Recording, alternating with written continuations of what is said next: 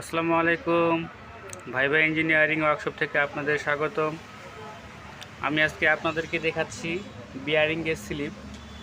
এই যে আপনারা দেখতে পাচ্ছেন ঘাটটা এখানে বিয়ারিংয়ের সমস্যা হয়ে গেছে। তো এই যে আমার হাতে দেখতে পাচ্ছি এটা হচ্ছে স্লিপ। হ্যাঁ, এই স্লিপটা আমি এখানে ফিটিং করব। তো অনেকেই বিয়ারিংয়ের সমস্যা হয় চাকার।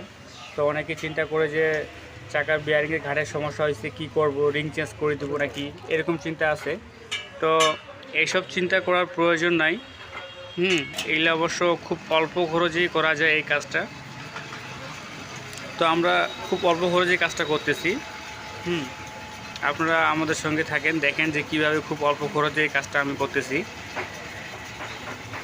তো মোটরসাইকেলে যে কোনো কাজের ভিডিও পেতে অবশ্যই আমার চ্যানেলটি সাবস্ক্রাইব করবেন এবং পাশে থাকা বেল আইকনটি ক্লিক করে রাখবেন, যাতে নিত্য নতুন ভিডিওগুলো সবার আগে আপনাদের কাছে পৌঁছে যায়।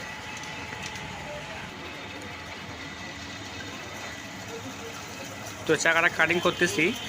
আর স্লিপ আমাদের এক্সট্রা তৈরি করে থাকে, কারণ এগুলো সচরাচর লাগেই আমাদের, এই জন্য আমরা এক্সট্রাভাবে তৈরি করে রাখি। কারণ অনেকজনকার সময়ের অনেক শর্ট থাকে, এই জন্য আমাদের কাছে আসলে খুব তাড়াতাড়ি কাজটা করে দেই।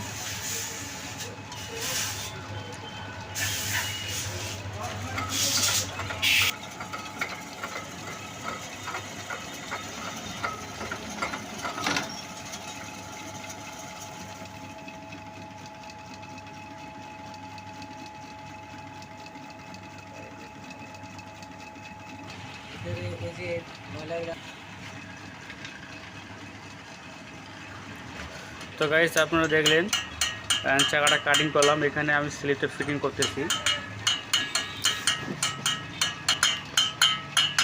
স্লিপটা মূলত এখানে টাইট দিতে হয়, না হলে আবার চলন্ত অবস্থা স্লিপ খুলে যায়, এই জন্য এখানে যথেষ্ট পরিমাণের টাইট দিতে হয়।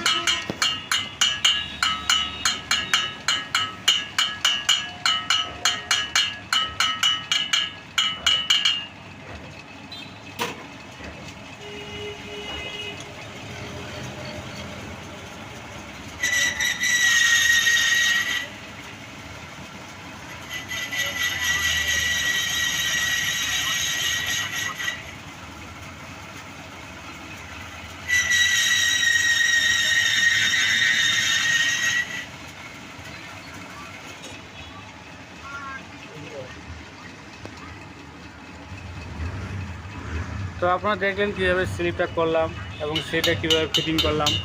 এই যে এখানে এখন বেয়ারিংটা থাকবে, টাইট থাকবে। বেয়ারিংয়ের নির্দিষ্ট একটা মাপ আছে, খুব বেশি টাইটও দেওয়া যাবে না, আবার খুব বেশি ইজিও দেওয়া যাবে না। তো গাইস, আমার ভিডিওটা যদি ভালো লাগে অবশ্যই একটা লাইক দিবেন, আর কে কোন কাজের ভিডিও পেতে চান অবশ্যই আমাকে কমেন্টে জানাবেন।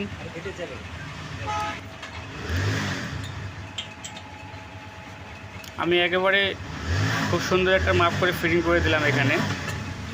তো আজকে এই পর্যন্তই, দেখা হবে পরবর্তী নতুন কোনো ভিডিওতে। ততক্ষণে ভালো থাকবেন, ধন্যবাদ।